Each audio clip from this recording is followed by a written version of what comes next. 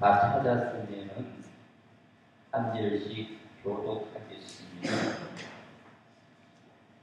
마지막으로 말하노니 너희가 다 마음을 같이하여 최후하며 형제를 사랑하며 불쌍히 여기며 겸손하며 악을 악으로 욕을 욕으로 갚지 말고 도리어 복을 빌라. 이를 위하여 너희가 부르심을 입었으니 이는 복을 유업으로 받게 하려 하심이라.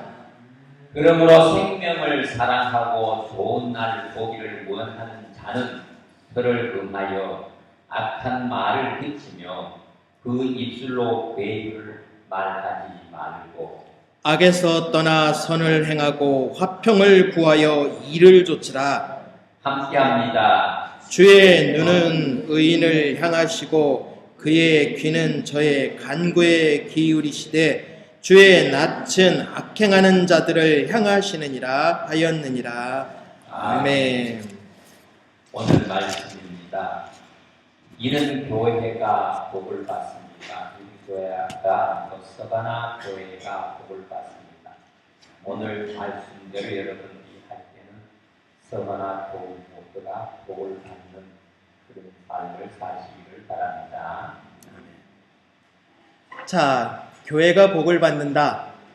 교회가 복을 받는다라는 건 다시 말하면 저와 여러분들의 삶이 풍요로워진다는 거겠죠. 가장 풍요로워지는 것은 무엇이냐? 물질을 먼저 생각하실 겁니다. 그러나 물질이 아닙니다. 마음의 즐거움이 온다는 얘기입니다.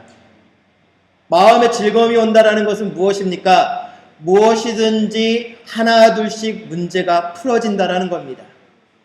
제일 큰 고민이 무엇입니까? 안 풀린다라는 거예요. 일이 안 풀린다. 그런데 일이 잘 술술 풀려나갈 때는 어떠십니까? 신바람이 절로 납니다. 그게 바로 하나님이 저와 여러분에게 주시는 복의 출발점입니다. 복을 누리려면요, 그 복의 즐거움을 알아야죠. 자, 우리 그 말씀 잘 아시죠? 수신 제가호 치국 평천하라. 이 말씀 저도 어릴 때부터 이 말 한자 사자성어 쭉 한 거 외우고 지금까지 왔습니다. 수신 제가호 치국 평천하라. 몸과 마음을 가다듬으면 가정이 잘 되어지고 가정이 잘 되어지면 결국 나라가 잘 되어지고 나라가 잘 되어진 후에는 뭐가 잘 된다고요? 천하가 태평하다고요. 결국 세상이 평안해지려면 누가 문제라고요? 내가 문제예요. 내가 어디가 문제예요? 이 마음이요. 잠언에 말씀하신 것처럼 생명의 근원이 이에서 남이니라. 마음이요. 그런데 자, 얼마짜리에 계시는 분인지 잊어버렸습니다. 태계 이황 선생님 5년 떠나다 보니까 얼마짜리에 계신지 저도 잊어버렸어요. 아십니까? 5,000원입니까? 만원짜리입니까? 5만원짜리입니까? 아무튼 그곳에 계신 태계 이황 선생님께서 과거에 하신 이야기가 있어요. 마음을 다스리는 비법 해가지고 가르쳐 주신 교훈이 있는데 그게 뭐냐 하면요, 수신 10훈이라는 것이 있습니다. 저 뒤에 만들어놔 드렸어요. 이미 가져가 계신 분도 계실 거고요. 왜 저 뒤에다 놨느냐? 그것이 우리의 설교 내용은 아니기 때문에, 성경 내용이 아니기 때문에 제가 짧게 요약하고 나서 휙 지나갈 거기 때문에 필요하시니까 읽어보시라는 겁니다. 참 좋거든요. 수심 10분이라는 것은 뭐냐? 뜻을 높은데 세울 것이다. 입지. 두 번째가 경신 해가지고 뭐냐? 몸가짐을 경건히 하십시오 라는 것입니다. 그리고 세 번째가 뭐냐? 치심이고, 네 번째가 독서고, 다섯 번째가 발언이고, 여섯 번째가 재행이고, 일곱 번째가 거가입니다. 가정생활에 충실하라는 겁니다. 그 다음에 여덟 번째가 접인입니다. 사람을 잘 대접하십시오. 아홉 번째가 처사입니다. 매사를 옳게 처리하십시오라는 겁니다. 마지막 열 번째가 응거입니다. 편안하게 시험에 응시하십시오. 자, 그런데 이 10가지 중에요, 제가 3주, 오늘을 포함해서 3주 동안 드렸던 2주 동안의 가정생활에 대해서 드렸던 것과 오늘 교회가 받는 복에 대한 것이 이 안에 어느 정도 함축되어 있습니다. 다시 말하면 성경이 말하고 있는 근본과 이미 깨달음을 얻은 분들의 그 모습은 동일하다라는 겁니다. 모든 것은 어디부터 시작되었다고요? 마음이요. 수신, 자기 몸과 마음을 다스릴 줄 아는 사람은 세계를 움직일 수 있다겠습니다. 자기 자신을 못 다스리잖아요. 자, 내 안에 있는 오육지정을 다스린다. 얼마나 대단한 힘입니까? 내 안에 있는 마음을 내가 컨트롤할 수 있다면 얼마나 대단하냐고. 다시 말해서 정신력이 대단한 사람이라고 우리가 하는 사람이 있습니다. 그 사람들은 무엇입니까? 이 육신을 다스렸다는 얘기예요. 고3 때 잠이 쏟아져요. 고3 수험생들이 항상 하는 얘기가 그겁니다. 목사님 고통스럽습니다. 왜? 3당 4락입니다. 3시간 자면 합격하고 4시간 자면 떨어지는 거지 않습니까? 그런데 과학적으로 밝혀진 인간의 수명은요, 4시간을 줄이면, 4시간보다 적게 자면 수명의 위험 신호가 다가온다겠습니다. 그런데 대한민국 수험생, 고3 수험생들은요, 3당 4락입니다. 3시간을 자면 대학에 합격하고 4시간을 자면 떨어진다. 그러니까 아이들이 잠자는 시간 없이 책에 파묻혀 살아요. 자기의 목숨을 내놓고 대학이라는 것에 합격하려고 목숨을 겁니다. 그 모습을 보면서 그 생각을 했어요. 과연 그 아이들에게 그것이 무슨 의미일까? 결국은 만들어 놓은 틀에 아이들은 갇혀가는 거잖아요. 대학 나와야지만 취직된다라는 대한민국의 기본 풍조 때문에 어떻게 됩니까? 가야 된다라는 인식이에요, 다. 유럽과 다르잖아요. 오늘 새벽에도 말씀을 드렸습니다. 화이트 칼라와 블루 칼라라는 그것, 사무직으로서 아주 넥타이 하얀색의 하얀 와이셔츠에 멋있게 하고 양복 입고 사무실에 앉아있는 화이트 칼라, 블루 칼라라는 건 약간 파란색이라는 그 지칭이지만 현장 노동직이에요. 이 유럽과 미국, 아메리카 쪽은 현장에서 일하는 분들이 대접받는 세상이거든요. 취업을 했어도 그분들이 더 잘 되고요. 승진도 그분들이 더 잘 되고요. 회사 CEO 되는 케이스도요. 그분들이 더 잘 됩니다. 그런데 한국은 정반대예요. 그런 틀에 자꾸 우리를 가두고 있습니다. 그런데 어느덧 교회도 그렇게 틀에 갇히고 있다는 얘기예요. 자, 분명 바르게 살아야 한다. 맞잖아요. 그쵸? 교회 다니면 착해야 합니다. 맞죠? 그런데 착한 게 뭘까요? 다른 사람에게 피해 안 주는 걸까요? 아니요. 선한 게 뭘까요?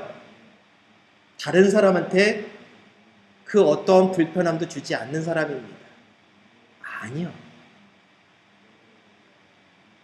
교회가 교회다워지고 교회가 올바른 것은요, 예수님이 많아져야 합니다. 제가 예수님이 많아져야 됩니다 그랬더니 오해하지 마십시오. 저와 여러분들이 이곳에서 신앙생활하는 이유는 무엇입니까? 교회 다니시는 이유는요, 이 십자가의 예수님을 닮아가기 위해서 우리가 교회를 다니는 거거든요. 과거에 우리가 교회 가면 무조건 잘 되어집니다. 교회 가면 복 받습니다. 교회 가면 건강합니다. 요즘에 그런 말로 전도해 보십시오. 무슨 얘기 나오는지 아시죠? 교회 가면 돈 많이 법니다. 저 돈 풍족합니다. 교회 가면 건강합니다. 아이고 저 다 건강하고요. 이미 보험 쫙 드러나가지고 병원 가도 보험으로 다 해결됩니다. 걱정하지 마십시오. 한국에서 살면 보험이 안 되는 게 없어요. 이 보험이 안 되면 이 보험을 들어서 이 보험으로 보충해놓고 또 해가지고 1인당 3개, 4개는 들려 있어요. 그래서 완벽한 100% 보험이 되어버립니다.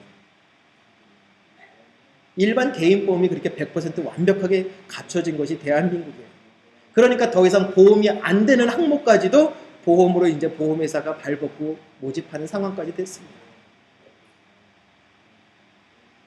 그런데 교회는 어떻게 하냐는 얘기예요. 도대체 무엇을 갖추어야 하느냐는 얘기입니다. 교회가 세상 사람들에게 보여야 될 모습이 뭐냐는 얘기입니다. 잘 먹고 잘 사는 것, 그거는 세상 사람들도 잘 먹고 잘 살아요. 착하게 사는 것, 세상 사람들이 더 착하게 삽니다.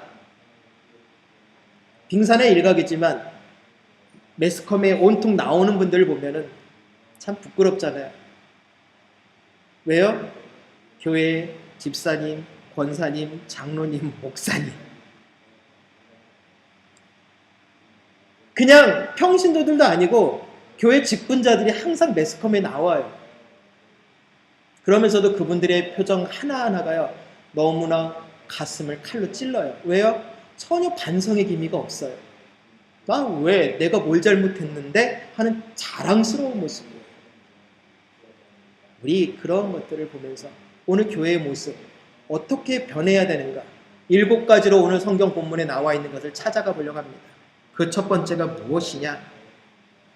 마음을 같이 하라는 겁니다. 아까 우리 집사님도 기도해 주셨지만 마음을 모으는 것, 오늘 새벽에 로마서 말씀 속에도 나왔지만 한 마음과 한 입술로 하나님께 영광을 돌리라 했거든요. 목표는 다 있습니다. 그런데 목표가 있긴 있지만 마음이 다르면 배가 어디로 갑니까? 산으로요. 우리의 목표는 뭐라고 생각하십니까? 서반학교의 목표가 뭐라고 생각하십니까? 그럼 목사님이 세우셨잖아요. 아니요. 서반학교의 목표는 4가지예요. 저희들이 세웠던 4가지 목표 기억나십니까? 서반학교의 중심신앙, 4대 중심신앙, 그게 저희의 목표입니다.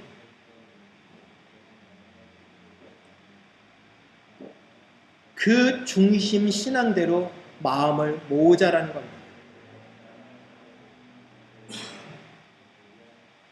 이를 비록 내가 계획했을지라도 그거는 불가능한 일이에요. 왜? 하나님이 다 계획해서 도와주시니까. 그런데 설령 우리가 계획했을지라도라고 제가 그거를 단서를 달았다고 말씀드렸잖아요.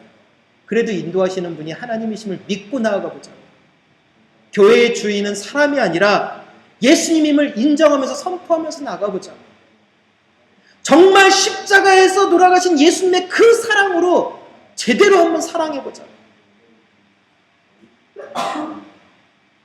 그것이 바로 우리의 모습이 되어야 된다고 말씀드렸잖아요. 그것에 마음을 같이 해야 합니다. 다른 거요, 저는 솔직히 말해서 다른 거에 그렇게 마음 잘 안 둬요. 교육이요, 예, 교육하고 있습니다. 그러나 보이지 않게 제가 교육하고 있어요. 그 보이지 않는 교육 속에 그것이 그렇게 중요한 게 아니니까요. 가장 중요한 것은 뭡니까? 우리가 하나님을 어떻게 예배하고 있는가가 중요하거든요. 특별히 삶 속에서 주일날 예배가 중요한 것이 아니라 월요일부터 토요일날까지 어떤 예배를 드리고 계십니까? 라는 삶의 그 예배의 모습을 제가 말씀을 드렸어요. 그게 영적인 예배랍니다. 마음을 모아야죠. 그것이 바로 교회가 해야 할 일입니다. 큰 목표, 우리 교회 부흥하는 거잖아요. 그런데 문제는 작은 목표가 먼저 양을 채워야 합니다. 훈련을 받아야 합니다. 서로 목표가 다 다르면요, 아무것도 안 돼요. 충돌이 나면 안 된다는 얘기입니다. 서반학교의 궁극적인 부흥의 목표 무엇일까요? 작년 표 기억나십니까? 사도행전 말씀으로 초대교회처럼 전도는 예수님이 해주실 건데 어떻게 하라고요? 온전히 예수님처럼 푹 변하면 교회의 사도행전 2장에 나온 말씀처럼 예수님께서 믿는 자들을 교회에 보내주셨다겠어요. 믿을 자들을. 우리가 먼저 마음을 모으면, 뭐의 마음을 모아요? 십자가를 닮아가려는 그 마음의 모든 것을 모으란 얘기죠.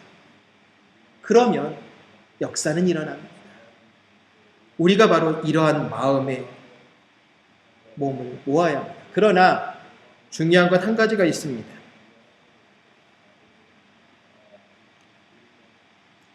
부대와 병과에 따라서 싸우듯이 우리 각자의 역할이 달라요. 제가 감당해야 할 일이 있고요. 장로님께서 감당하셔야 할 일이 있고, 권사님들이 감당하셔야 할 일이 있고, 집사님들이 감당하셔야 할 일이 있고, 성도들이 감당해야 할 일이 있습니다. 각자 맡겨진 그 역할을 감당하는 것. 우리 집사님 아까 기도해 주시면서 그 말씀하셨던 것 같아요. 각자 부름받은 직분의 소명대로 감당할 수 있기를 원합니다. 감당하셔야 합니다. 맡기 싫은데 맡았습니다. 아니요. 맡기 싫은데 맡긴 거 없습니다. 그건 교회에서 맡긴 거 아닙니다. 제가 임명한 거 아닙니다. 하나님이 맡긴 거예요. 목사가 맡겼다고 생각하면 마음대로 하셔도 되겠지만 그건 하나님이 맡기신 겁니다. 내 뜻대로 내 마음대로 맡기 싫은데 맡았다. 아니요. 그런 거 없습니다. 하나님이 맡긴 직분은 그래서 거룩하다라는 겁니다. 그러므로 마음을 같이 하라는 것입니다. 두 번째 무엇이냐? 체휼해야 한다라고 했습니다. 체휼해야 한다는 것은 무엇입니까? 아픔을 같이 나누라는 겁니다. 아픔을 나누라겠습니다. 이것은 무엇입니까? 생각의 하나가 되라는 첫 번째하고 똑같은데 문제는 이 머리로 하나 되지 말란 얘기예요. 뭐로 하나 되라고요? 이 가슴으로 하나 되라고요.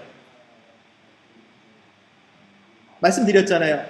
저 사람이 왜 웃는지 모르지만 같이 깔깔깔깔 웃어주면 웃으면 배로 되고, 저 사람이 슬퍼해서 막 탄식하고 울고 있습니다. 왜 우는지 모릅니다. 그러나 같이 가서 울어주면 어떻게 됩니까? 그 슬픔은 빨리 감소된다겠잖아요. 이게 체휼의 마음. 바로 이러한 것들을 우리는 나눠야 한다는 겁니다.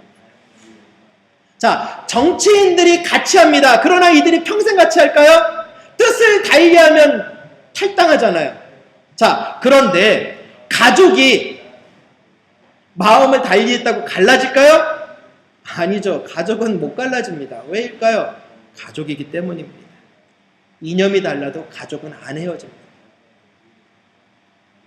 그리스도의 십자가를 우리가 붙들고 있기 때문에 생각이 중요한 것 아닙니다. 생각은 다 다릅니다. 그러나 분명한 것 한 가지, 십자가의 뜻이 무엇인가를 우리는 기꺼이 바라봐야 되는 것이 체휼이라는 겁니다. 세 번째가 무엇이냐? 형제 사랑입니다. 형제 사랑이라는 것은 무엇입니까? 지난주 2주 동안 말씀드렸습니다. 공평한 사랑입니다. 강한 자는 약한 자를 존중하고 약한 자도 강한 자를 존중하라는 공평한 사랑입니다. 그렇기 때문에 어떻습니까? 형제 간에 차별 없잖아요. 다시 말해서 능력이나 지위에 따라서 대접받는 차별이 아니라는 겁니다. 업적이나 직분으로 차별이 생겨서는 안 된다는 겁니다. 교회는 차별이 없어야 합니다. 교회는요, 오로지 맡겨진 직임이 다를 뿐이라고 말씀드렸어요. 저와 여러분들의 직분은요, 아까 말씀드린 것처럼 각자 맡겨진 이유는요, 교회를 효율적으로 움직이기 위해서예요. 왜 최초에 교회 집사들을 세웠습니까? 사도들은 기도와 말씀에 전념하고 싶었거든요. 왜냐? 굳이 하는 일을 쫓아다니다 보니까 기도할 시간, 말씀을 묵상할 시간이 없었어요. 그래서 7 집사를 세워서 히브리 과부들과 헬라 과부들을, 고아들을, 가난한 자들을 교회에서 그들을 섬길 수 있도록 그 직분을 그들에게 일임을 했던 거죠. 그렇다고 누군 말씀 전하는 자는 거룩하고 높고 아니라겠습니다. 각자의 직임은 존중되어져요. 그런데 교회에 그러한 차별의 모습이 생긴다면 문제가 생겨요.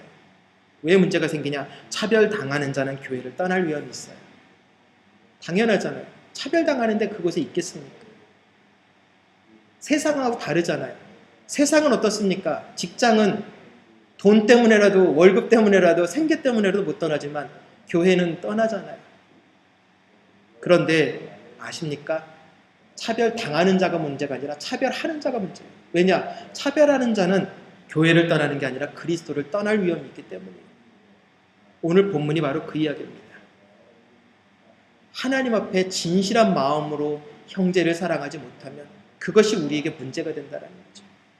네 번째로 무엇입니까? 불쌍히 여기라는 겁니다. 이 불쌍이라는 단어는 정말 너무 안 됐다 이 단어가 아니에요. 사실은 뭐냐? 민망하다라는 단어와 좋은 마음을 합친 단어가 불쌍이에요. 그렇기 때문에 사실상 불쌍이라는 건 뭡니까? 정말 저 사람이 형편없어서 못 가. 이게 아니에요. 그 사람의 안타까운 상황을 어떻게 해결해 줄 수 없는 민망한 마음과 그걸 어떻게 도와줄까 하는 이 좋은 마음이 합쳐진 단어가 불쌍히 여기다라는 거예요. 다시 말하면 우리가 이런 마음으로 다른 사람들을 보라는 얘기죠. 왜 저럴 수밖에 없었을까? 역지사지예요. 근데 우리가 그것을 선을 그어버립니다. 나와 맞지 아니하면 선을 그어버립니다. 예전에 보그바이러스 기억나시죠? 똑같은 모양으로 제조되어야 되는 거예요. 아니요. 교회는 다 다르고요. 교회 구성원은 다 달라요. 그것을 강요하는 것 자체가 이미 보그바이러스를 만들겠다는 얘기죠. 아니요. 불쌍히 여기고 그 불쌍히 여김을 가지고 뭘 하면 된다고요? 기도하시라고요. 기도해 주시면 되잖아요. 하나님, 저 영혼이 너무 불쌍합니다. 그럼 기도해 주시면 되잖아요. 그런데 우리는 기도해 주기보다 뭐라고요? 그 불쌍함을 그냥 말로서 다 풀어버립니다. 그래서는 안 된다는 것이 성경의 오늘 이야기입니다. 그리고 다섯 번째, 겸손하라겠습니다. 겸손은 십자가의 덕목입니다. 예전에 그 말씀 드린 적 있죠? 사단도 우리가 금식하면 덩달아 금식하고요. 내가 철야하면 사단도 철야하고요. 내가 하는 거 다 합니다. 그러나 사단이 딱 하나 못합니다. 뭘 못한다고요? 겸손이요. 사단은 결코 겸손할 수가 없거든요. 왜입니까? 겸손을 못했으니까 하나님한테 대적해가지고 쫓겨난 게 사단이잖아요. 겸손의 반대말이 뭡니까? 교만이요. 교만은 패망의 선봉이요 넘어짐의 앞잡이라겠잖아요. 그건 사단한테 한 얘기였습니다. 그러니까 우리 보고 교만이 우리 앞에 오지 않게 기도하라겠거든요. 바로 그 모습입니다. 내가 우월하다는 의식, 그것이 가장 우리에게 큰 문제점이에요. 왜냐? 내가 우월하다는 의식을 갖고 있기 때문에 항상 다른 사람을 가르치려 듭니다. 기독교인은 가르치려 드는 것이 아닙니다. 배우려고 하는 거죠. 목사님 설교는 가르치지 않습니까? 아니요. 선포하고 내려가는 순간 저도 그 말씀대로 배우려고 하는 자일 뿐입니다. 그게 바로 대원의 역할일 뿐이에요. 제가 가르치는 거 아니죠. 이 시간은 대원할 뿐이니까. 겸손을 배워야 합니다. 왜냐? 예수님이 겸손하셨기 때문이에요. 결론은 그거 하나입니다. 예수님이 나를 본받으라 하셨는데 문제는 그 본받는 게 무엇이냐? 겸손하셨던 것을 본받으라는 거예요. 동일한 하나님이셨지만 자기 것을 하나도 주장하지 아니하시고 온전히 뭐만 하셨다고요? 아버지의 뜻만을 이루어내려고 마음을 합쳤다고요. 그게 바로 저와 여러분에게 필요한 모습입니다. 그런데 놀랍게도요, 이 겸손이 나보다 다른 사람을 높여주고 그렇게 해야 되는데 이러한 것들이 교회에 들어와서 겸손하기 어려운 이유가 뭐냐면 참 아이러니하죠. 교회의 기본 정신은 뭘까요? 평등이요. 대한민국에 처음 복음이 전해졌을 때, 한국에 처음 복음이 전해졌을 때 어땠을까요? 세상 말 좀 쓰겠습니다. 양반과 상놈이 같은 자리에서 형제요, 자매요, 불가능했거든요. 그런데 야수교가 들어와서 예수교, 지금으로 말하면 교회가, 그땐 야수교였어요. 초창기에 들어왔을 때 들어와서 하는 얘기는 그겁니다. 선교사들이 형제입니다. 아니 어떻게 내 밑에 종하고 나하고 우리 집 노비하고 어떻게 나하고 같이 형제란 말이야. 말도 안 되는 소리 하고 있어. 그래서 박해받았어요. 왜요? 기득권층이 용납을 못하니까. 아까 기억나시죠? 차별하는 자가 그리스도를 떠난다고요. 못 받아들이니까 떠나잖아요. 수용을 못하니까. 그 평등이라는 의식을 이해를 못했죠. 그런데 문제는 또 하나가 있었어요. 노비들이 평등의식을 가진 건 좋았는데 그 평등의식을 가지고 권위를 세우기 시작했다는 얘기예요. 권력으로 사용하기 시작했단 말이에요. 성경에 보십시오. 에베소의 빌레몬, 그 밑에 있던 오네시모는 종이었습니다. 도망갔던 자입니다. 다시 바울이 이 오네시모를 만나서 빌레몬에게 보냈습니다. 빌레몬에게 보냈을 때 오네시모를 죽여도 아무 문제가 없습니다. 빌레몬에게는. 그런데 이 빌레몬은 그 오네시모를 바울의 부탁을 받아서 어떻게 만들어 놓느냐? 에베소 교회의 목사를 만들어 버립니다. 그리고 자기는 그 사람 밑에서 늘 겸손히 순종을 합니다. 되겠습니까? 내 밑에 종입니다. 불가능하죠. 그런데요, 이 오네시모의 행동은 더 기가 막힙니다. 어떻게 했다겠습니까? 빌레몬에게 그 빌레몬서를 모든 교회에 돌려달라고 요청을 합니다. 그 빌레몬서의 내용이 뭐라고요? 자기의 종의 모습을 그대로 적나라하게 써놓은 거거든요. 자기의 과거를 밝혀놓은 거예요. 그런데 그 과거를 채택시켜달라고 얘기를 해버립니다. 왜요? 이렇게 못나고 무능한 자를 하나님이 사용해 주셨습니다는 그 감사. 그러면서 모든 사람들도 더불어 하나님 앞에 겸손하기만 하면 이러한 은혜를 누린다라는 그 메시지이기 때문입니다. 권위, 그게 권위인 거지. 성경이 말씀하잖아요. 사람 앞에 인정받고 싶으냐? 권위를 스스로 주장하지 마라. 다른 사람이 나를 높여놓을 때 그게 권위라고 했습니다. 그런데 우리는 어떻습니까? 내가 높다고 얘기를 합니다. 아니죠. 아무리 요동쳐도 그거는 될 수 없는 것입니다. 교회가 버려야 될 것, 바로 이 겸손하지 못하게 만드는 요소들을 제거시켜내야 합니다. 바로 그 모습, 우리는 회복해야 할 때입니다. 그리고 가장 큰 문제, 6번째를 보겠습니다. 악으로 악을 갚지 말고 오히려 복을 빌어주라. 너를 핍박하는 자를 위해서 기도하라. 도대체 상식적으로 안 맞는 메시지라고 지난번에 한번 설교 때 나눈 적이 있습니다. 그런데 이 말은 무엇이냐? 약한 자가 강한 자를 섬기는 모습이에요. 어떻게 하라겠습니까? 강한 자가 저를 자꾸 핍박을 합니다. 그럼 이에는 이, 눈에는 눈. 그렇게 하라고요? 아니요. 그 사람을 감동시키라고요.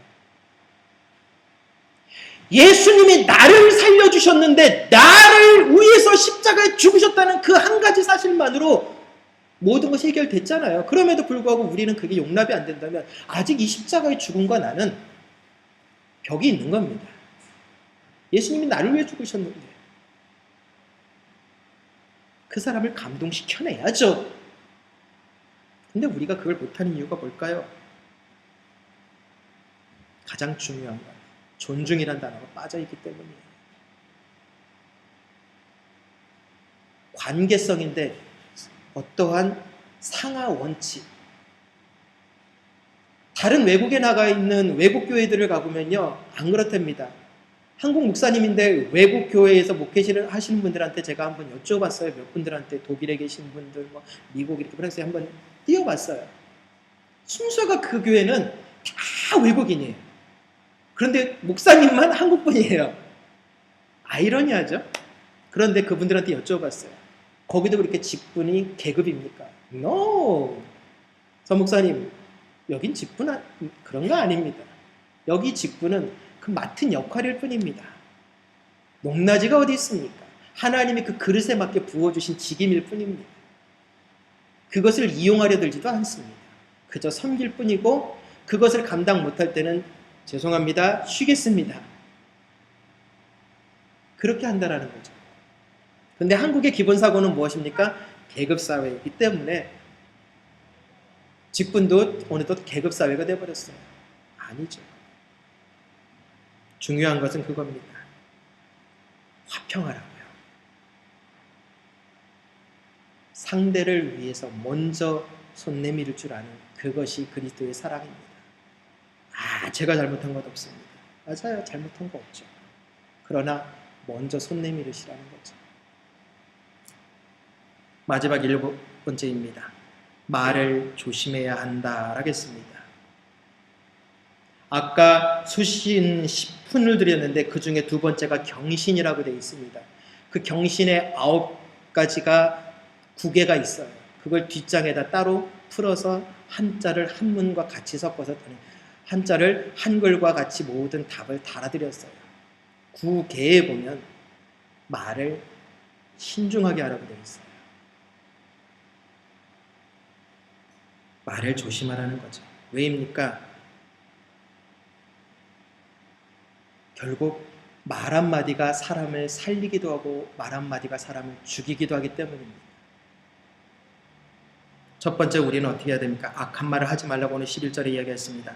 악에서 떠나 선을 행하라 했습니다. 악한 말은 진실이라도 하지 말아야 되고요. 특별히 노아의 아들 가나안의 아비 함을 보게 되잖아요. 노아가요 홍수 끝나고 나서 포도 농사를 졌는데 얼마나 잘 지었는지 포도를 따먹고 취해버렸어요. 그런데 문제는 잠을 자는 게 누가 뭐라고 문제합니까? 근데 잠을 자는데 그러면 아래 옷들을 다 벗어버리고 훌러덩하고 그냥 벌거벗고 자고 있어요. 자, 이 모습을 본 함이 봤어요. 자, 그런데 문제는 여기 있어요. 아버지가 벌거벗고 잤어요. 연세가 있으시고 피곤하시니까 더워서 그러실 수도 있겠다고 그냥 덮어버리면 되는 문제잖아요. 그렇죠? 그러나 함은 그러지 않았다는 얘기예요. 뭐라고요? 나가서 동네방네 떠들었단 말입니다. 뭐라고요? 우리 아버지 주책이라고. 뭐가 안 맞고 뭐가 안 좋고 내 마음에 뭐가 안 들고 함이 그렇게 떠들기 시작했다는 얘기예요. 결국 그 문제를 일으켰던 거죠. 그러니까 결국 잠에서 깼을 때 두 아들은 뒷걸음질해서 싹 덮어놓는데 노아가 그 소리를 듣자마자 하잖아요. 너는 영원히 저주를 받을 거야. 이게 문제예요. 그러면 제가 나쁜 말 했으니까 목사님 저보고 저주받으라는 소리입니까? 아니요, 그 말 아니에요. 악한 말을 우리 하지 말자고요. 말씀드리잖아요. 무슨 말을 하든지 무슨 행동을 하든지 다 누구 앞에서 하는 것처럼 말하겠다고요? 예수님 앞에서요. 하나님 앞에서 하는 것처럼 말하겠는데 어렵죠. 기도 때 늘 말씀드리지만 옆에 동행하시는 하나님이 제가 욕하고 있을 때 저도 그래서 찔리면서도 아이고 끝나거나 또 회개하지만 그 순간 참 어떻게 그 말을 제가 쏟아붓는지. 그런데 그것이 바로 우리의 문제점이라는 거죠. 악한 말을 하지 않도록 말을 조심하라는 거죠. 그래서 구개에 보면 입을 딱 두 번만 열라고 돼 있어요. 언제요? 말할 때 하고 밥 먹을 때. 근데 이 말할 때는요, 수다 떠는 말이 아니에요. 필요한 일을 하기 위해서 대화하는 거예요. 그 외에는 침묵이래요. 참 어렵죠. 왜 그러느냐? 태계 이황 선생님도 바로 그거를 얘기를 한 거예요. 말이 많으면 성경의 그 말을 그분이 모르셨겠지만 그 얘기입니다. 말이 많으면 실수가 많아진다고 돼 있잖아요. 그런 경험 안 하세요? 내가 말이 하도 많다 보니까 실수가 여기저기서 뻥뻥뻥뻥 터지잖아요. 말을 아끼는 사람은 실수가 거의 적어요. 그래서 악한 말 하지 말도록 조심하라는 거고, 두 번째는 11절에 또 뭐 하라겠습니까? 거짓을 말하지 말라겠습니다. 하나님이 제일 싫어하는 게 뭐라고요? 거짓이요. 왜요? 하나님은 거짓말할 줄 모르시는 분이거든요. 그렇기 때문에 하나님은 거짓말 제일 싫어합니다. 그런데 거짓말은 다른 사람한테 유익을 주는 것이기 때문입니다. 아니요. 그래도 하지 마십시오. 하얀 거짓말이 있습니다. 아니요. 예전에 말씀드렸죠. 언어학교를 통해서 했던 것과 그 뒤에 한번 설교 말씀드린 적이 있었죠. 거짓말은 절대 담아서는 안 되는 말이라고요. 없는 이야기를 만들어내는 것 자체가 거짓입니다. 그런데 우리가 그런 말을 한다면 하나님 앞에 그게 우리가 꾸중 들을 일이 중요한 것은 바로 그겁니다. 이렇게 말을 아껴야 되는 것입니다. 특별히 교회가 말이 제일 많아요. 그렇죠? 일주일 동안 못 만났다가 만나서 얘기하니까. 한국에서 보면은 식사 때 보면은 테이블 딱 식판을 들고 가기가 참 두려워요. 왜요? 온통 한 주간의 은혜의 얘기가 아니라 누가 어떻대더라, 누가 어떻대더라, 누가 어떻대더라. 그래서 어느 날 상담하다가 원로 목사님께 말씀드렸어요. 그 당시에는 원로 목사님 아니셨죠. 목사님, 그래? 나도 그게 문제라고 생각했는데. 그러더니 그 다음 주에 언어에 대해서 설교를 하셨는데 그분이 그러시더라고요. 오늘부터 중직자들은 딱 3가지 말만 하십시오. 교회에 오시면 정말 환영합니다. 당신 때문에 행복합니다. 한 주간 동안 승리하십시오. 그 말씀만 하고 딱 입 다물라고 하시더라고요. 근데 안 되는데 1년이 지나고 나니까요. 정말로 말이 사라지더라고요. 식탁에 은혜가 넘치더라고요. 700명이 쭈르륵 앉아서 밥 먹는 그 식탁 어느 것에 앉아도 은혜 받은 얘기밖에 안 하더라고요. 뭘 말씀드리려는지 아시겠죠? 우리에게 허락되어진 그 시간 안에 은혜 나누기도 바쁩니다. 십자가 때문에 죽을 수밖에 없고 지옥 갈 수밖에 없는 우리가 구원받은 그 감격만 선포하기도 바빠 죽겠는데 우리 말을 통해서 하나님의 영광을 가리는 것이 있다면 그게 문제인 거죠. 이러한 모든 7가지를 내려놓을 때 교회는 복을 얻는다고 했습니다. 오늘 본문이 바로 우리에게 가르치는 건 그겁니다. 이 7가지, 마음을 같이하라, 체휼하라, 형제 사랑을 하라, 불쌍히 여겨라, 겸손해라, 악으로 악을 갚지 말고 오히려 복을 빌어주고 말을 조심하라. 그러면 이 7가지를 통해서 우리의 마음과 삶이 변화되어짐으로 말미암아 하나님의 은혜의 복이 우리 삶에 넘친다라는 겁니다.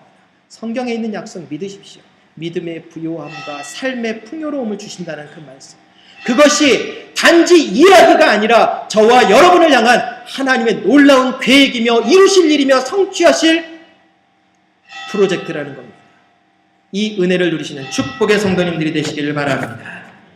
거룩하신 하나님 감사합니다. 우리들의 마음을 바칩니다. 우리들의 생각을 바칩니다. 하나님의 영광을 위해 나아가는